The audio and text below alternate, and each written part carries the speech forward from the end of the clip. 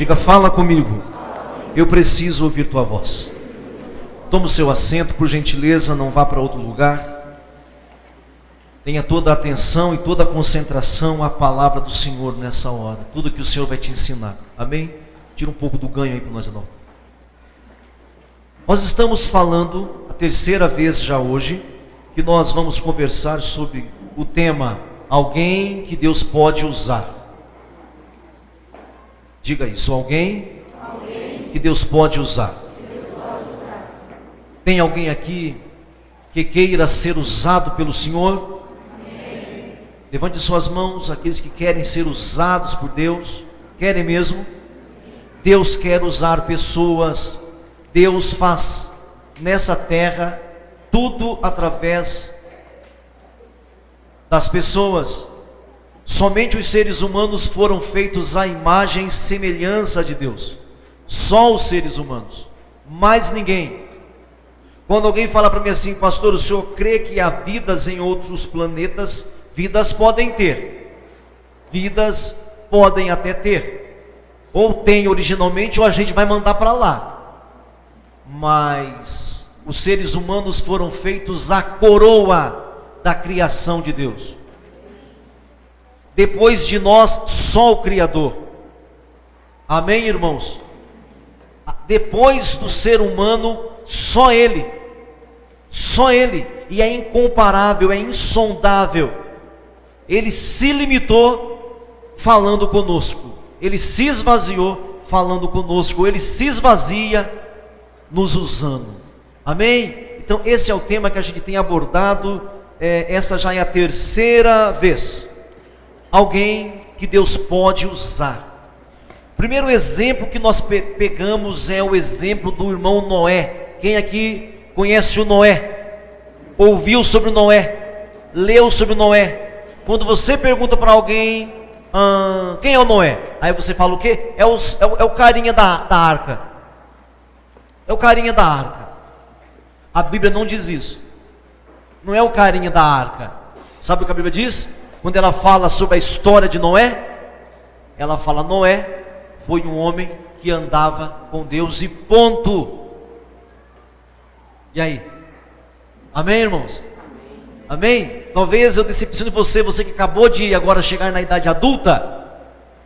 Não é? Acabou de virar adulto e você sempre ouviu a história de Noé, a arca, os bichinhos.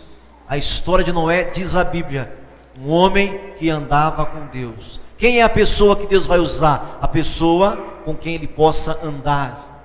Pastor, mas eu não vejo Deus ao meu lado. Não precisa. Não precisa. Ele quer saber se quando você der o primeiro passo, é Ele que vai dar o passo. Ele quer saber se quando você abrir a boca, quem vai falar é Ele. Ele quer saber se quando você ouvir, é Ele que estará ouvindo. A paciência de ouvir. É isso que é andar com Deus. É Deus aparecer através de você. Noé andava com Deus. Quem é a pessoa que Deus vai usar? A pessoa com quem Ele possa andar. Deus pode andar com você? Amém. Os próximos passos que você for dar, vai ser Deus dando esses passos, irmãos. A segunda personagem que nós vimos foi o irmão Abraão. Noé, diga-se de passagem, 500 anos. Aí os irmãos aqui com mais idade já não tem desculpa. Noé, 500 anos. Alguém aqui tem 500 anos?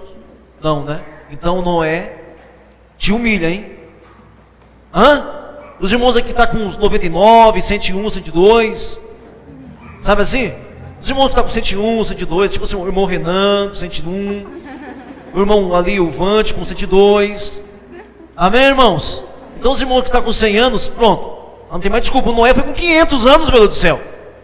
Então você pode. O segundo personagem foi o nosso irmão Abraão.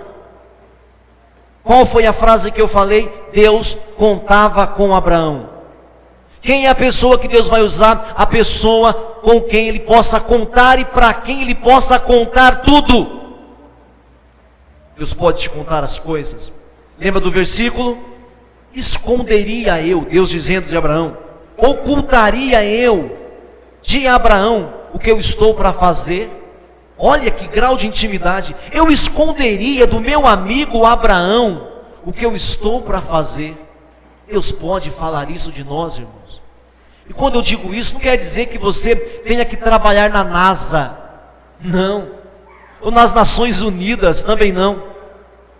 Mas às vezes aquele irmãozinho que passa na sua frente, na frente da sua casa todo dia, e que o Espírito Santo já te falou, chega perto dele, fala com ele, fala as coisas que eu te falo para ele. Deus pode contar contigo e Deus pode contar para você. A terceira personagem que nós vimos foi o nosso irmão Moisés. E o texto que nós lemos dizia que o Moisés entrava na tenda e uma nuvem descia e encobria a tenda, e o Senhor Deus falava face a face com Moisés. Intimidade. O Senhor chegou a dizer assim: há alguém como Moisés que viu a face do Senhor e se manteve ali? Intimidade. Quarto personagem que nós vimos foi o rei Davi. E a lição foi alguém através de quem Deus possa governar. Deus, Ele mesmo disse: eu achei Davi, eu encontrei Davi, um homem que fará o que eu quero. Deus pode governar através de você. E governar, irmãos, não quer dizer você ser eleito pelo voto popular. Governar, aqueles princípios espirituais, aquelas leis espirituais que você sabe qual é, você deixa claro: sou assim, porque Deus me ensinou assim. Quando você foge de uma mulher que te assedia, você deixa claro para quem te pergunta: faço isso porque aprendi do Senhor. Você deixa claro a lei do Senhor, o governo de Deus, porque é assim que a gente ora. Venha o teu reino, seja feita a tua vontade. Quando as pessoas perguntam: olha, todo mundo aqui na empresa desvia dinheiro, rouba alguma coisa, por que você não faz? Você deixa claro que quem governa é Deus na sua vida. Quem é que Deus vai usar? A pessoa através de quem Ele possa exercer o seu governo. Quinto personagem que nós vimos foi o Isaías. Ele viu a glória do Senhor depois que a esperança dele humana acabou, que os pareceres humanos dele foi por água abaixo, o primo dele morreu e era o rei de Israel. Ele falou: ah, meu Deus, vou morrer, eu vi a tua glória. E o Senhor perguntou: bom, já que é assim, a quem enviarei? Quem há de ir por nós? O que Isaías disse? O que Isaías disse? Eis-me aqui, envia-me a mim. Quem é a pessoa que Deus vai usar? Aquele que Ele pode enviar. Aonde quer que seja, Ele pode te enviar. Ele pode governar através de você. Os princípios dEle serão latentes através da sua vida. Ou você vai seguir o psicólogo, ou você vai seguir um doutor, um intelectual aí de plantão. Quem é que te governa? Tem vergonha de ser cristão? Tem vergonha de ser tido como alguém ultrapassado? Alguém a quem Deus possa usar é alguém que vai deixar claro quem é o governador dele. Alguém que Deus possa ser íntimo. Alguém que Ele possa contar as coisas, com quem Ele possa caminhar dia a dia. E para hoje, dois personagens. Para hoje, primeiro, esses homens, olha, o Noé 500 anos, o Abraão 75 quando foi chamado, o Moisés 80 anos quando foi para o Egito para fazer tudo aquilo, o Davi 17 anos, o Isaías, não sabemos com clareza ali naquele capítulo 6, mas por volta de 30 e poucos anos, o Daniel que eu verei agora, antes dos 17 anos. Ou seja, ninguém escapa destas personagens aqui. Ninguém vai sair daqui com desculpa. Ninguém terá desculpa. Quer ser usado por Deus? Observe como é que você está se relacionando com Ele. O Daniel. Aí eu quero ler um texto com vocês. Abra a Bíblia de vocês no primeiro capítulo do profeta Daniel. Primeiro capítulo do profeta Daniel. O versículo de número 8. Primeiro capítulo do profeta Daniel. Daniel, a declaração é a seguinte: Deus confiou sua autoridade a Daniel. Deus confiou sua autoridade a Daniel. Amém? Vou repetir. Deus confiou sua autoridade a Daniel. Amém? Capítulo 1, versículo 8, diz assim, vamos ler alguns textos. Vamos começar com esse daqui. Capítulo 1, versículo 8. Daniel, contudo, decidiu não se tornar impuro com a comida e com o vinho do rei, e pediu ao chefe dos oficiais permissão para se abster deles. Daniel, contudo, decidiu não se tornar impuro. Na outra versão vai dizer, Daniel decidiu firmemente não se contaminar com os manjares do rei. Numa outra versão ainda vai dizer assim, olha, resolveu Daniel firmemente não se contaminar com as finas iguarias do rei, nem com o vinho que ele bebia. Daniel decidiu firmemente. Aqui Daniel tem menos de 17 anos. Olha para mim, queridos irmãos. Aonde Daniel estava, irmãos? Na Babilônia. O que é Babilônia nessa época, irmãos? O centro do mundo. O centro do mundo. Deus entregou todos os reinos da terra a um homem chamado Nabucodonosor. Você sabe o que é isso, meu irmão? Nem os Estados Unidos da América poderia expressar o que é a época de Nabucodonosor. Todo o poder do mundo estava centralizado nas mãos desse rei Nabucodonosor. E nessa época não tinha direitos humanos, não tinha uma política democrática, não tinha livre-arbítrio para o ser humano. O ser humano era apenas mais um que qualquer rei, qualquer tirano podia usar. Todas as nações da terra estavam nas mãos de Nabucodonosor. Deus entregou isso nas mãos de Nabucodonosor. Deus entregou tudo. Imagina um homem ter todo o poder do mundo centralizado em tuas mãos e ainda com o aval de Deus. E aí Deus escolhe um menino. Deus escolhe um menino, irmãos, com menos de 17 anos. Deus confia nele. E esse menino com mais 3 garotos decide firmemente, categoricamente, não se contaminar. Deus está confiando a sua autoridade a um menino. Aí você falaria, mas hoje é possível? Lógico que é possível, irmãos. Se naquela época daquele jeito já era possível, imagina hoje, com tanta liberdade, com esse evangelho poderoso na sua mão. Daniel não tinha nada que você tem. Era um menino escravizado na Babilônia, longe da sua família, longe das emoções familiares, dos sentimentos familiares, da proteção de pai e de mãe, longe de casa. Deus confia nesse menino. Aí você me perguntaria, ele tinha noção e consciência disso? Não, ele não tinha não. Ele apenas decidiu, não me contamino. Eu não me contamino com as coisas desse mundo aqui. Eu não vou me contaminar com as coisas dessa terra estranha. Eu não vou fazer isso. Esse é o capítulo 1, irmãos. Deus confiou sua autoridade. Quem é a pessoa que Deus vai usar aqui nesse contexto? A pessoa que Deus pode confiar. Sabe, irmãos, eu já falhei algumas vezes na minha vida, bastante vezes na minha vida. Eu imagino que você também já tenha falhado, já tenha errado, já tenha feito coisas que você depois, logo em seguida, falou, que besteira que eu fiz. Aí você completa com pontinhos e põe o que você quiser. Que eu fiz?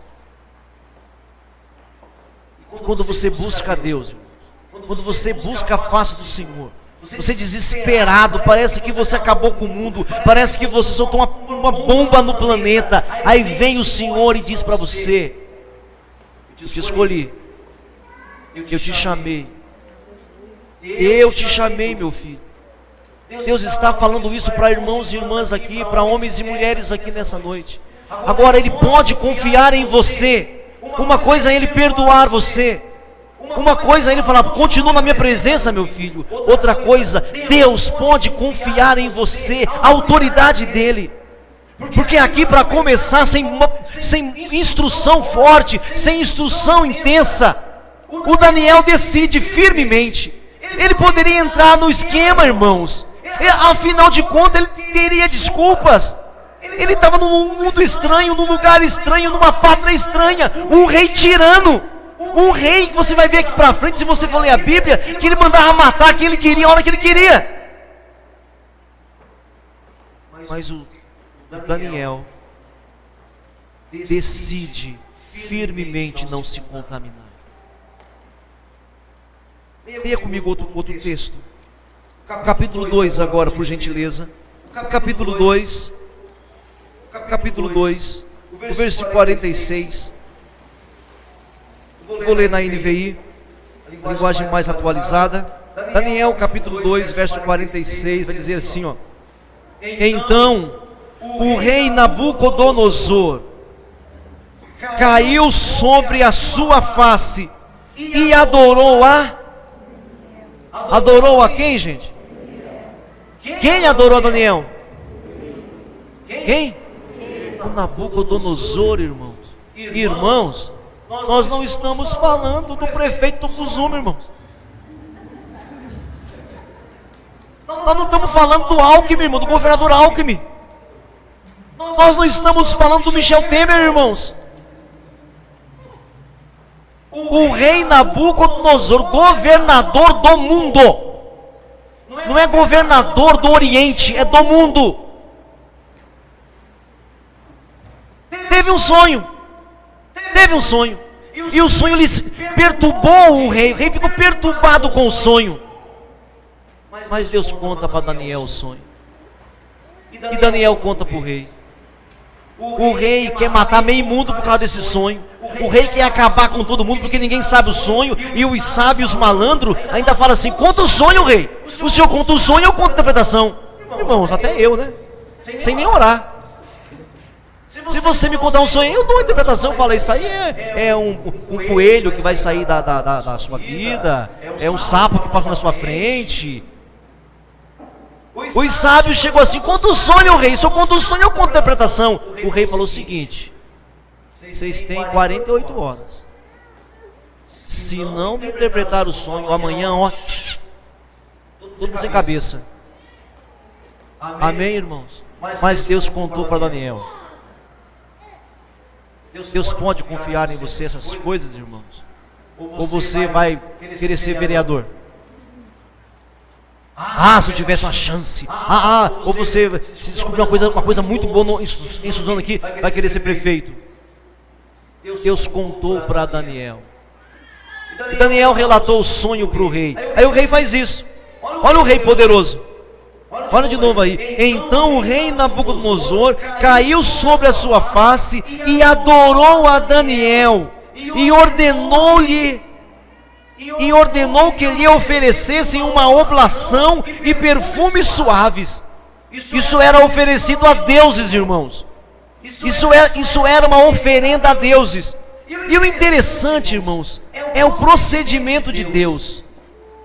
Versículo seguinte: respondeu o rei a Daniel e disse: certamente o vosso Deus é Deus dos deuses e Senhor dos reis e revelador de mistérios, pois pudeste revelar este mistério.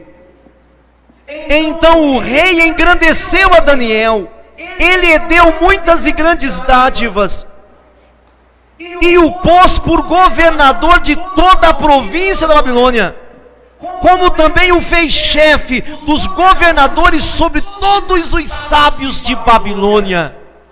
Deus pôde confiar em Daniel. O interessante é que é o único escrito que a gente não vê uma resposta. Daniel não faz isso, não faz aquilo. Outras vezes que os servos de Deus foram adorados, eles diziam: não me adore. Daniel não fez nada disso. O interessante é que Deus não repreendeu Daniel. O rei se prostrou, adorou a Daniel. Alguma coisa, gente, tinha nesse garoto. Algo diferente tinha nele, porque o rei adorou a Daniel e deu graças a quem? A Deus do céu. Ele falou que Deus era Deus de todos os deuses, Deus de todos os reis da terra, Deus de todos os reis da terra, irmãos. Senhor de todos os reis da terra. O Daniel, ele era tão objetivo na sua expressão, e esse é o meu maior tema aqui, expressando Deus, mostrando quem Deus é, irmãos. É tudo que Deus quer, queridos. Essa é a nossa oração: venha o teu reino, seja feita a tua vontade. É esse o alvo, irmãos. Deus pode confiar em você a esse ponto. E por que eu destaquei isso aqui? O homem que Deus pode confiar a sua autoridade. Sabe por quê, irmãos e irmãs? Depois de Nabucodonosor, que dominou o mundo inteiro, veio os medos. Os medos dominou o mundo inteiro. Depois veio os persas.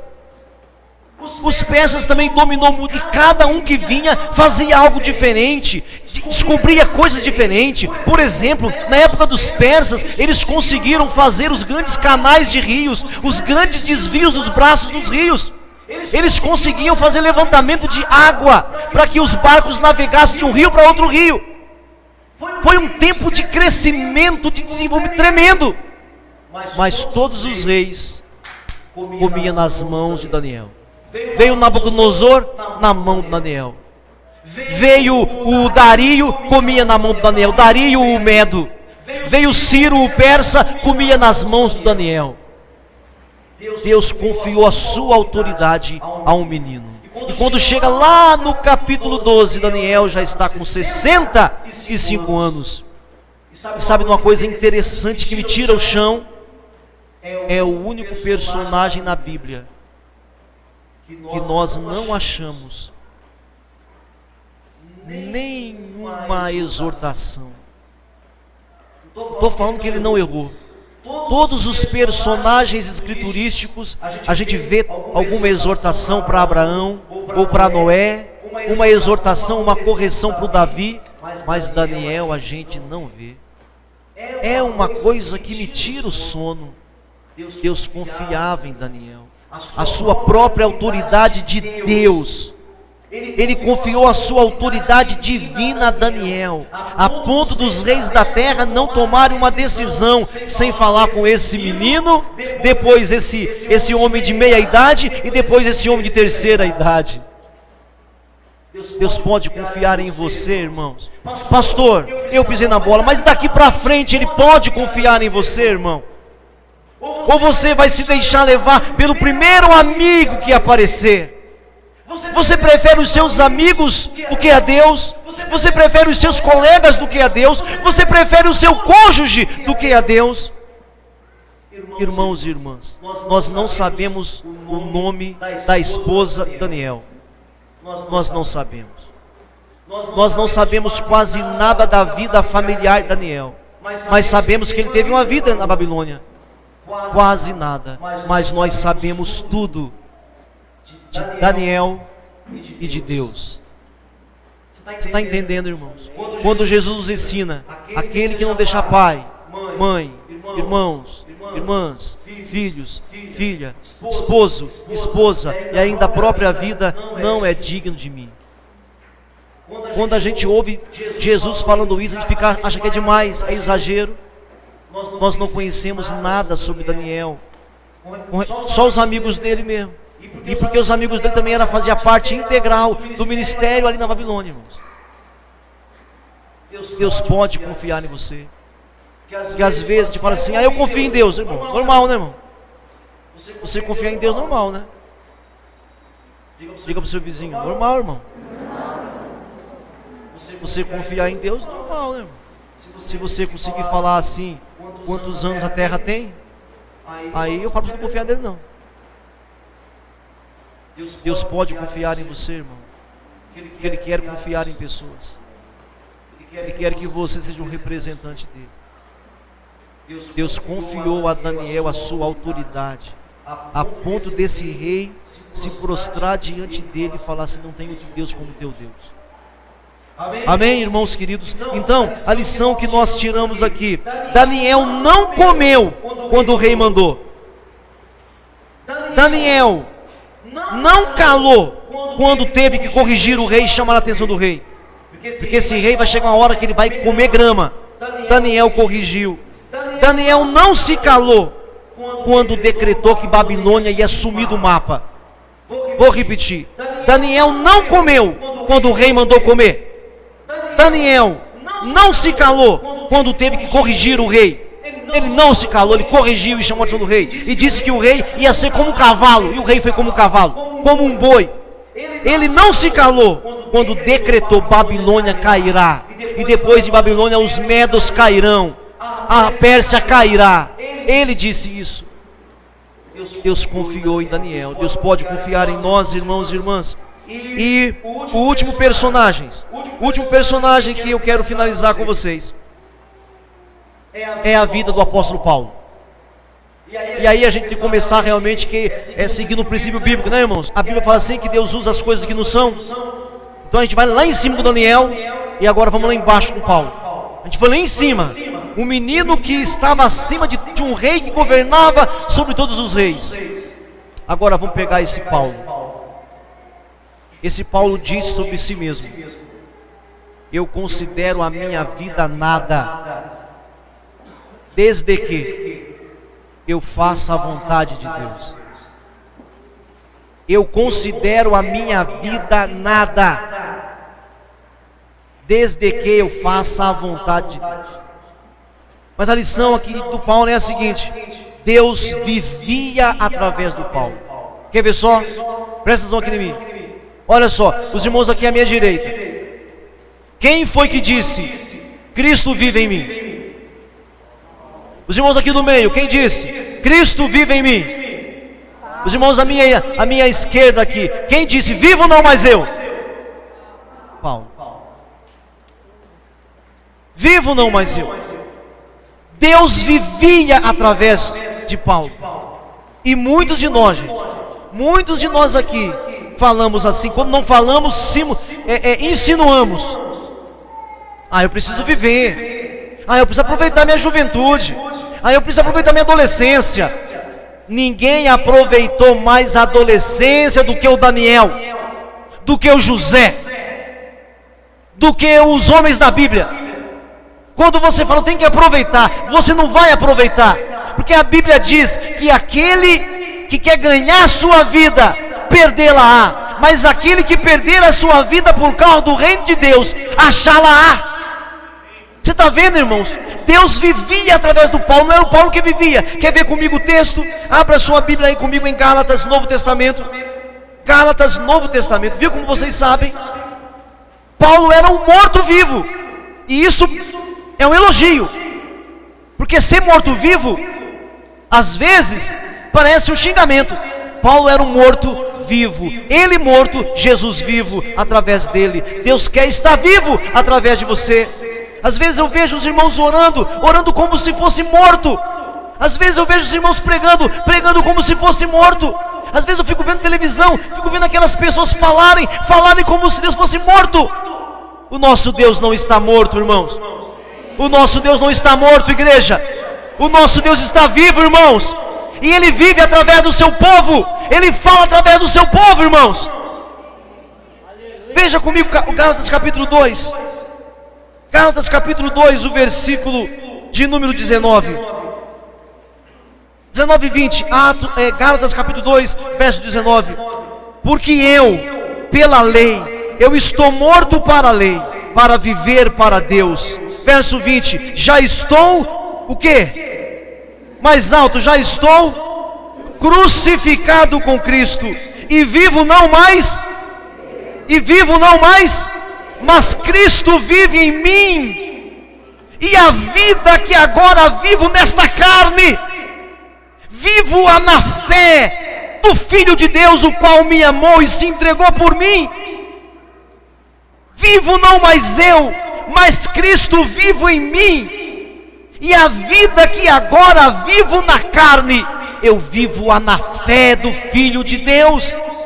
Irmãos, quem vive não é o Paulo é um morto vivo, o Paulo é um homem vivo, com Deus vivo dentro dele. Muitas vezes você parece uma pessoa viva com Deus morto dentro de você. Um trabalhador vivo com Deus morto dentro de você. Um estudante vivo com Deus morto dentro de você. Uma pessoa que joga bola viva com um Deus morto dentro de você. Mas eu proponho nessa noite que você seja um trabalhador morto com um Deus vivo dentro de você. Que você seja um marido morto com um Deus vivo dentro de você.